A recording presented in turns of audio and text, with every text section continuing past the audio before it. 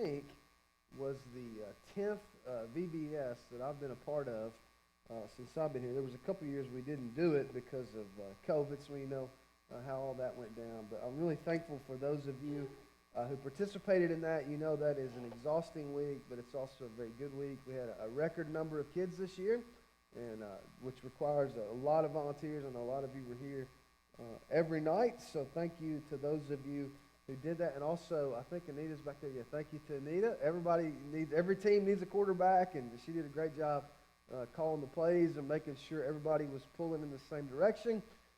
So if you see her after church and she's not asleep, wake her up and just thank her for what she did. Now, if you have your Bible or your phone, I want you to turn to Exodus 33. Exodus 33. And while you're turning, I've got a picture I want to show you. This is the inside of the Bel Air Fine Art exhibit as it appeared on the night of February 18th, 2023. So just a few months ago.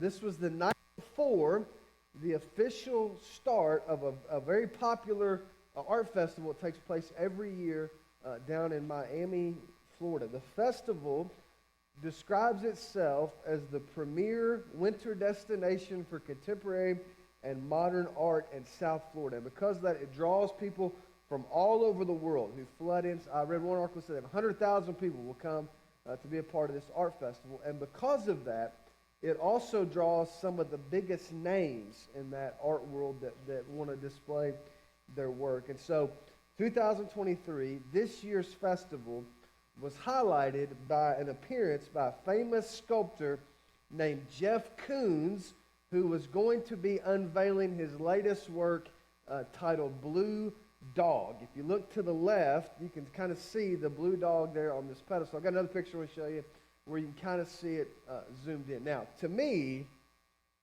that looks a lot like a balloon animal. In fact, what's so crazy about this, I was reading about this guy, what's so crazy is that people are really excited about this because some of this guy's other work has drawn huge money. For example, in 2013, he had a sculpture called Yellow Dog. So you start to see a theme here. Yellow Dog that auctioned, listen to this, for $58.4 million. 2014, he did the Yellow Rabbit, which auctioned off for $91.1 million. You catch that? Like $91 million. This past week at VBS, the kids did these really cool spaceships. Next year, we're all going to do blue dogs. And then we're going to take them to Florida and auction it off. We're going to pay for the new building and build like 3 more just right beside it with all the money that we're going to make. Because of the excitement surrounding Mr. Koons' appearance, the Bel Air Fine Art Company seized this opportunity to make a little money. So here's what they did.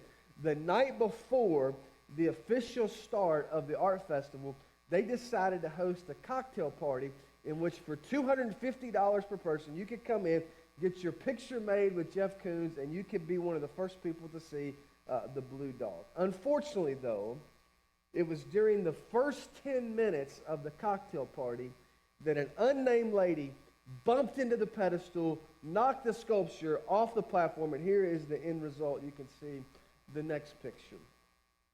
One person who was there described it to the Miami Herald. He said, when this thing fell to the ground, it was like a car accident that draws a huge crowd on the highway. Now, thankfully, the piece and the art gallery are both insured. So after all the smoke settled, an art adjuster agreed to pay $42,000 for the remains of this painting that measured just 15 inches high and 18 inches wide. Now, here's my question. Well, I got a lot of questions, but here's the one I want you to think about. What is the most expensive thing that you ever broke? What you think about that? Now, for the last few weeks, we've been in this series. We're doing this deep dive into the life of Moses, this guy that spent a lot of time in the spotlight, but before he could make it to the spotlight, there were some things that had to happen in the shadows. And last week, as we left off, you remember Moses has been up on Mount Sinai 40 days and 40 nights talking to God. At the end of that, he comes back down the mountain, comes down to the base of the mountain where the rest of the people of Israel are camped out. And when he gets back down the mountain, he finds that they have created this idol, or they've pressured his brother, his older brother Aaron, into creating this idol for them. And they're all sort of dancing around, they're partying, and they're worshiping this idol. And the Bible says that when Moses saw that happen, his anger burned within him. It's at that point that he did something that's easy to skip over unless you're paying a lot of attention. Exodus 32:19 says it like this: when Moses approached the camp and saw the calf and the dancing, his anger burned. And check out this next line. And he threw the tablets out of his hands, breaking them to pieces at the foot of the mountain. Now, it's one thing to break a sculpture that looks like a balloon animal done by a famous artist. Something different to break two tablets that have been written on by God himself. Imagine how valuable those would be. But keep in mind, the real tragedy in the story is not just those two tablets. I mean, that was bad, but those two tablets represented a fracture that was a lot bigger and deeper than even those tablets, because as you look at those broken pieces laying on the ground now, they represent this broken relationship that now exists between God and his people. In a very real sense, everything that Moses has been working towards, everything they've been moving towards, it's all gathered up around his feet, and he is certain that his role is about to come to an end, because in every way, from every angle, he's failed. The people have not been faithful. Their leaders, or at least Aaron, have proven to be corrupt. And now the future of their nation is in question. And here's Moses, who, keep in mind, is north of 80 years old, trying to keep it all together, trying to bring everybody back to the right place. And at the same time he's doing that, he can feel the weight of his own shattered dreams and the disappointment that comes with being betrayed by somebody that you thought you could trust. And so as you come to the end of Exodus 32 and the beginning of Exodus 33, Moses has reached a point where he knows the only hope the people of Israel have for survival is if they experience something that, if you grew up in church, we would call a revival. Now, when you hear that word, revival, depending on your experience, you may have all kinds of different images that pop in your head. Some of you remember a time when different churches would schedule a spring revival, followed a few months later by a fall revival. They bring in some well-known speaker, and they would have church every night for a week. Or if you go back far enough, maybe even 2 weeks. Anybody remember a 2-week revival? Did you go every night? No, don't raise your hand on that. Some of you, if you're into history, you've read about the Great Awakening. There was this revival in the early 1700s, followed by the Second Great Awakening in the early 1800s.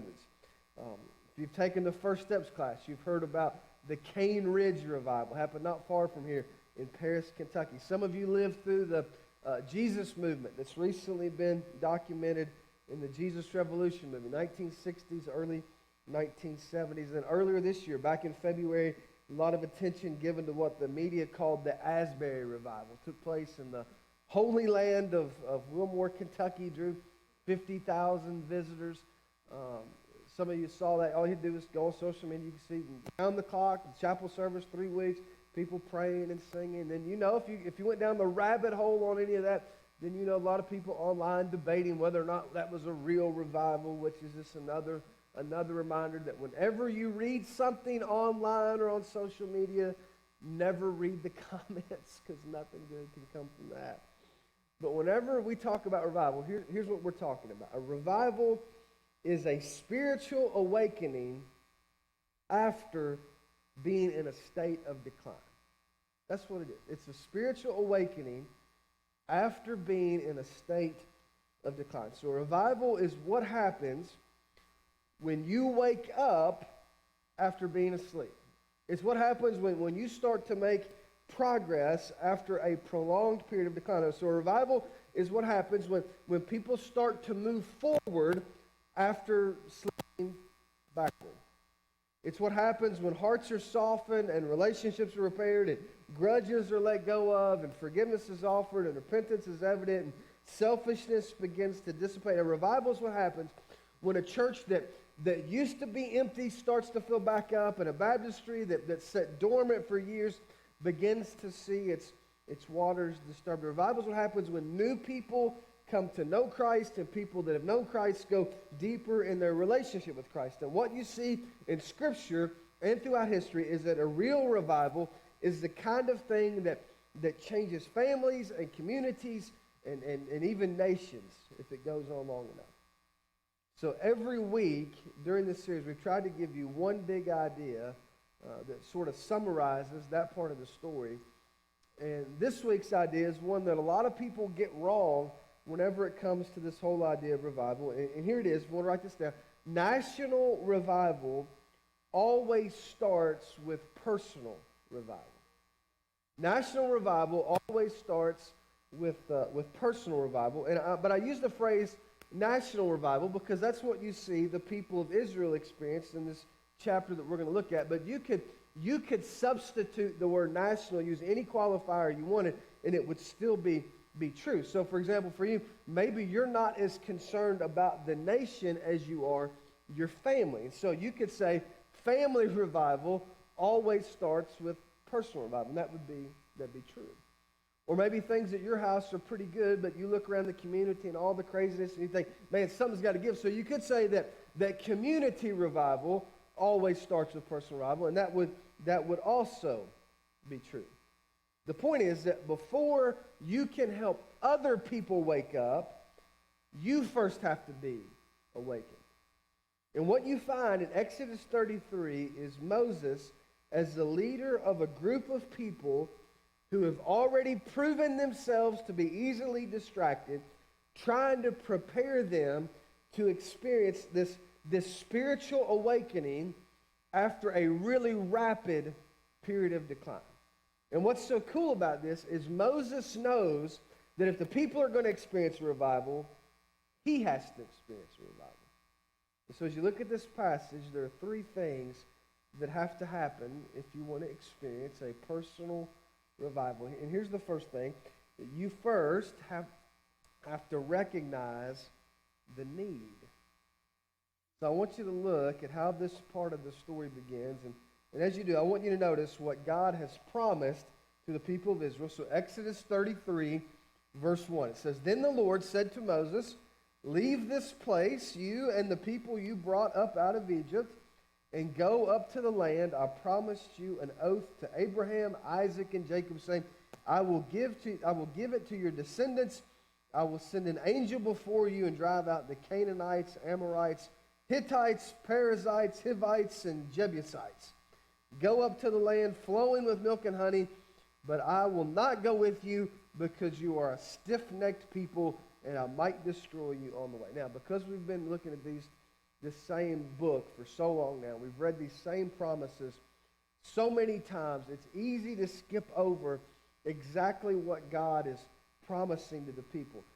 He's promising three incredible things. First, he says that he's going to give them a national identity. He tells them he's going to give them a land that he calls the promised land, that he promised to their ancestors. And then if that's not enough, he's going to give them military success.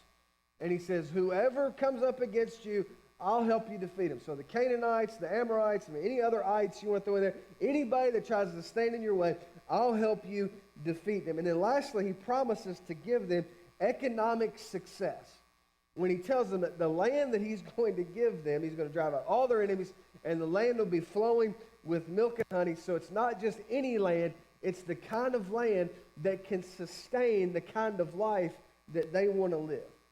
So he's painting this picture not just of some little, fledgling nation that somehow manages to survive. No, he's painting a picture of a nation that's going to thrive in the future. And it almost reads like one of those goofy commercials that all the politicians like to play, only in this instance, it's all true.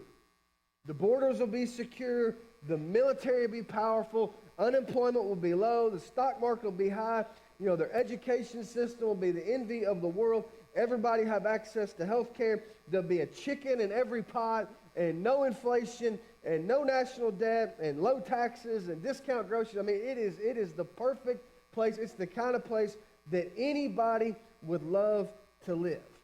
That's the good news. But the bad news is that as they go forward, God has decided not to go with them. I want you to look at how they respond to that in verse 4. When the people heard these distressing words, they began to mourn, and no one put on any ornaments.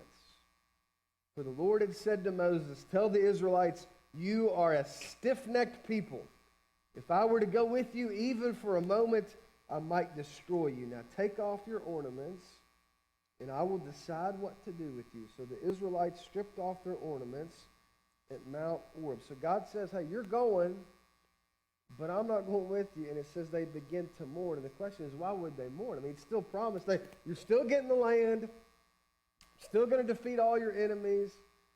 The land's still flowing with milk and honey. So what were they upset about? They were upset because they knew that what they needed most was not more land and not more power and not more money, but what they needed most was God. And without him, all the other stuff didn't matter anymore. Do you know when revival is most likely to happen? It's most likely to happen when people like you and me begin to understand that what we need more than anything else is a fresh experience with God. Moses knew, hey, the most important thing is not all the stuff, and it's not the success, it's not what's in the bank account, it's not any of that. The most important thing is God. And so as the leader, he knows that if God's presence does not go with them, they're not going to have any chance of survival. And so he immediately launches into this process of attempting to restore their relationship with God. Check this out in verse 7. Now Moses used to take a tent and pitch it outside the camp, some distance away, calling it the tent of meeting. Anyone inquiring of the Lord would go to the tent of meeting outside the camp, and whenever Moses went to the tent, all the people rose and stood at the entrance to their tents, watching Moses until he entered the tent. As Moses went into the tent, the pillar of cloud would come down and stay at the entrance while the Lord spoke with Moses. Whenever the people saw the pillar of cloud standing at the entrance to the tent, they all stood and worshiped, each at the entrance to their tent. The Lord would speak to Moses face to face as one speaks to a friend. Then Moses would return to the camp, but his young aide Joshua, son of Nun, did not leave the tent. I want you to underline that phrase in verse 11 where it says, the Lord would speak to Moses face to face like a friend.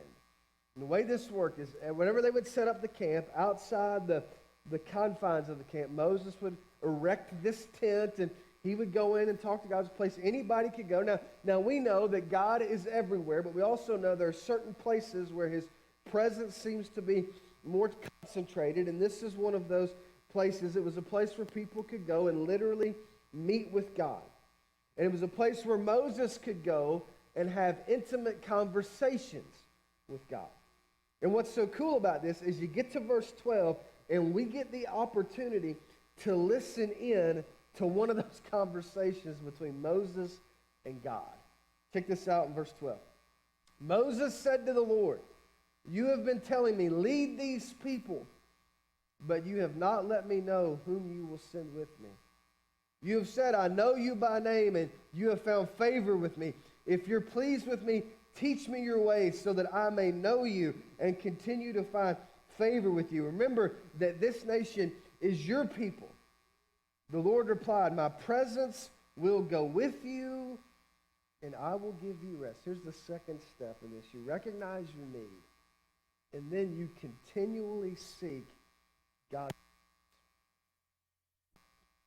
So here's Moses at a time when everybody else his age is kicked back and taking it easy, trying to lead a group of people who have already proven that they're impossible to lead. And so after a year of trying to do the impossible, he's reached the inevitable conclusion that the only hope they have is if God goes with them. And so in verse 12, you find Moses interceding on behalf of the people, and because of the depth of his relationship with God, he secures this promise from God that God's presence will go forward with God's people. But then you get to verse 15, and Moses moves the conversation in a new direction when he asks God a very pointed question. Check this out, verse 15. Then Moses said to him, if your presence does not go with us, do not send us up from here. How will anyone know that you are pleased with me and with your people unless you go with us?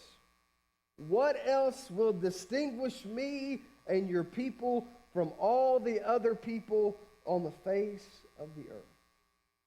And the Lord said to Moses, I will do the very thing you have asked, because I am pleased with you, and I know you by now. I love that question. Moses looks at God and he says, what is it that distinguishes God's people from other people?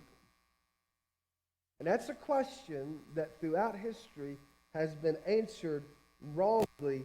A lot of people have tried to answer that question as if it's something negative. So they think that the distinguishing mark of God's people are all the things that they don't do or that we don't do. So as God's people, we don't drink, smoke, or chew, or go with girls that do and all that nonsense.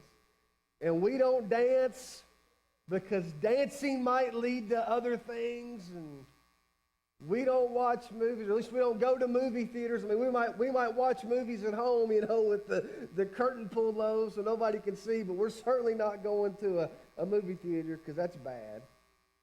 And we don't eat in restaurants that serve alcohol. We don't buy things from companies that don't believe exactly like we do. And we don't listen to anything but K-Love. And we don't use bad language. And it's just this never-ending list of things that we don't do. In recent times, there's been an attempt by some groups to identify the distinguishing mark of God's people in more positive terms. So because we're God's people, we feed the hungry, we serve the poor, we run after-school programs. We occasionally take up money to help single mothers. We go to third world countries and do VBS, and we visit nursing homes, and we hang out with sick people, and we do Bible studies with incarcerated people. And while that's better, those are all things that we're supposed to do, they still miss the mark when it comes to what distinguishes God's people from other people. Through the course of all those private conversations with God, up on the mountain and in the tent of meeting, Moses had come to understand that the only thing that distinguishes God's people from other people has nothing to do with us and everything to do with him. It's not that we're somehow better than other people, and it's not that we're smarter or more impressive or we somehow have more willpower than other people do. And if you've spent any time at all hanging out with church people, then you know none of those things are true. We're not better than anybody. In fact, in a lot of ways, we're worse. And sometimes we're a lot worse. So thank God that the thing that distinguishes us as God's people has nothing to do with us and everything to do with his presence in us. And the downside of that, though, is that means that if you somehow lose his presence, then you've lost everything. If you lose him, the land, the money, the power, the prestige, none of that matters. That's why you have to continually seek his presence and put yourself in a position to experience more of him. Moses knew that. That's why the very next thing he does is he asks God for a fresh experience with him. Verse 18, then Moses said, now show me your glory. And the Lord said, I will cause all my goodness to pass in front of you, and I will proclaim my name, the Lord, in your presence. I will have mercy on whom I will have mercy, and I will have compassion on whom I will have compassion. But he said, you cannot see my face, for no one may see me and live. Then the Lord said, there is a place near me where you may stand on a rock. When my glory passes by, I will put you in a cleft in the rock and cover you with my hand until I've passed by. Then I will remove my hand and you will see my back, but my face must not be seen. Keep in mind, by this point in the story, Moses has already seen some incredible things. The burning bush, the plagues on Egypt, split the Red Sea. He's followed the pillar of cloud and the pillar of fire. He's eaten the manna in the desert. And this is a guy that probably experienced more with God than any other person in history. And yet, what's he asking? He's asking for more. He wants to go deeper. He wants a fresh experience. And so he asks God to show him his glory. And because of his love for Moses, he agrees to do it. But what I want you to notice is that right up front, God tells him, he says, hey, there's a limit to how close you can get. Because of who God is and because of the power of his presence, if we were as humans were to get too close to him, we would just disintegrate. Psalm 46 says he just shouts his name and the whole world just. So it's not that God's not capable of revealing himself. It's just that we're not capable of standing it. But in this instance, God made a concession for Moses, and he invites him to get as close as possible. You see in verse 21 when he said, there's a place that's near me where you can stand on a rock. And I want you to pay attention to those two words, near me. Now, there was a limit to how close he could get, but the invitation was for him to get as close as he possibly could. So rather than staying far away, God invites him to come closer. Now, let's be honest. One of the mistakes that a lot of us make is that we like to stay as far away from God as we possibly can while still maintaining some semblance of a relationship.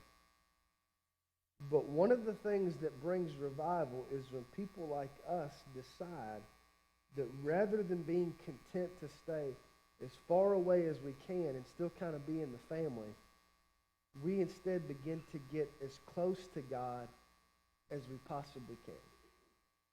So we start to pray more than we've ever prayed before.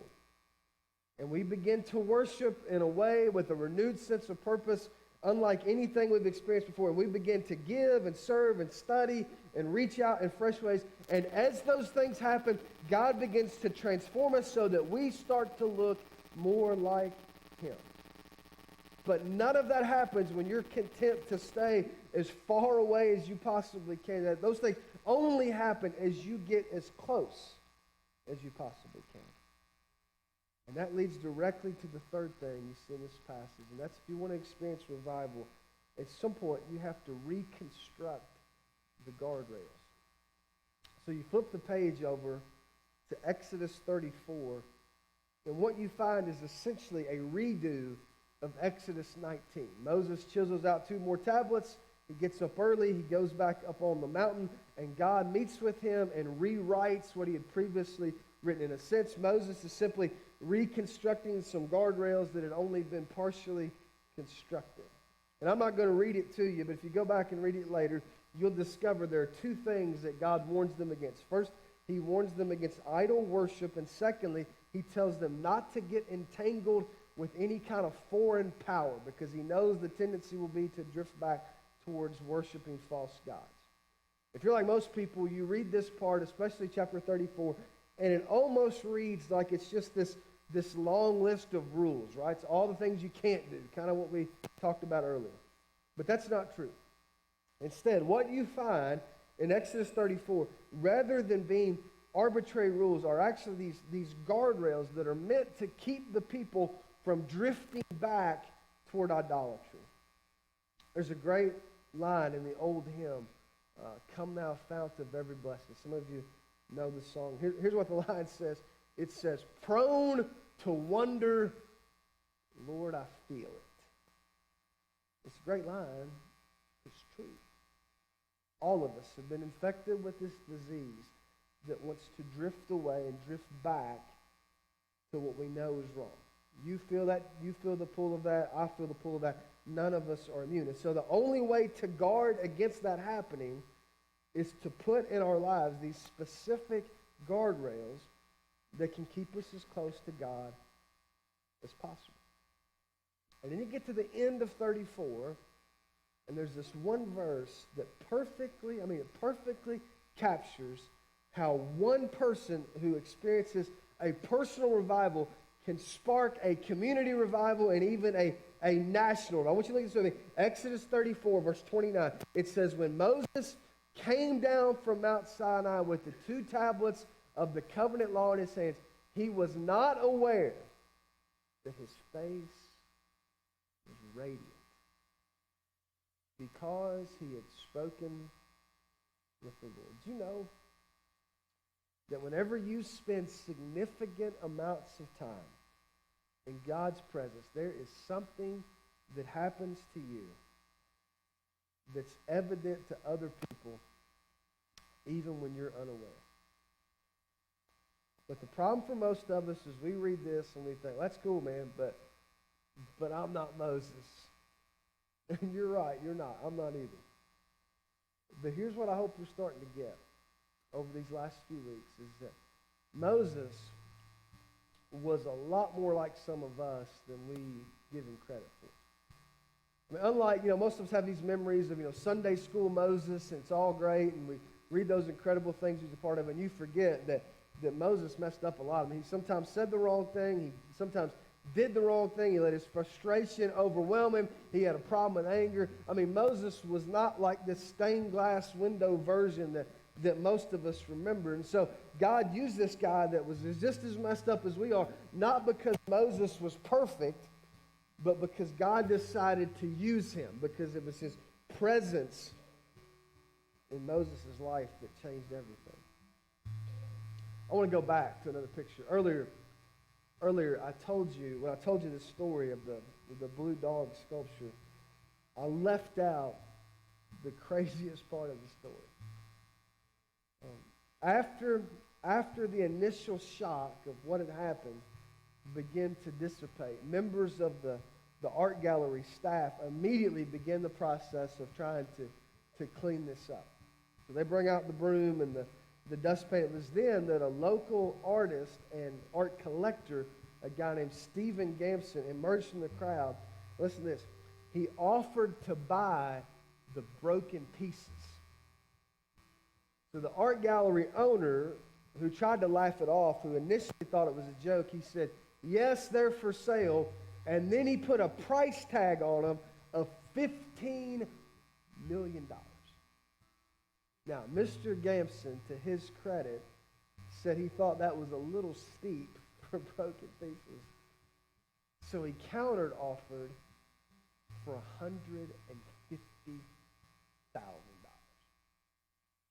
Reporter from the Miami Herald later asked him, why would you offer $150,000 for a sculpture that had been shattered?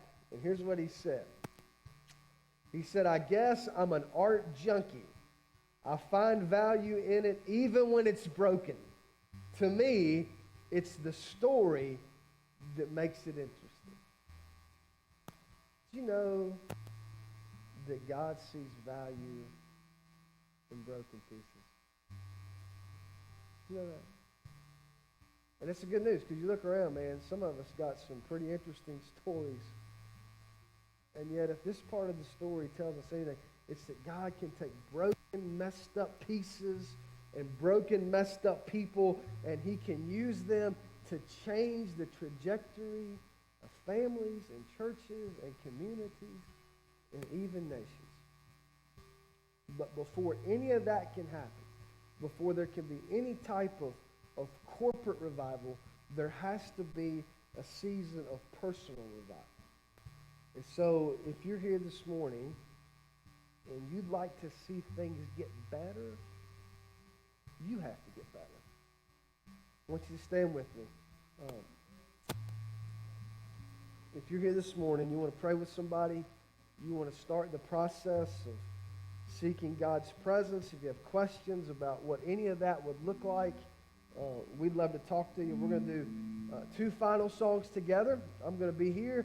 David's going to be here. And if at any point during our time together you have questions or like to pray, maybe you're ready to make a decision to be baptized into Christ, to join our church family, we'd love to walk you through that process. You just meet us on this front row.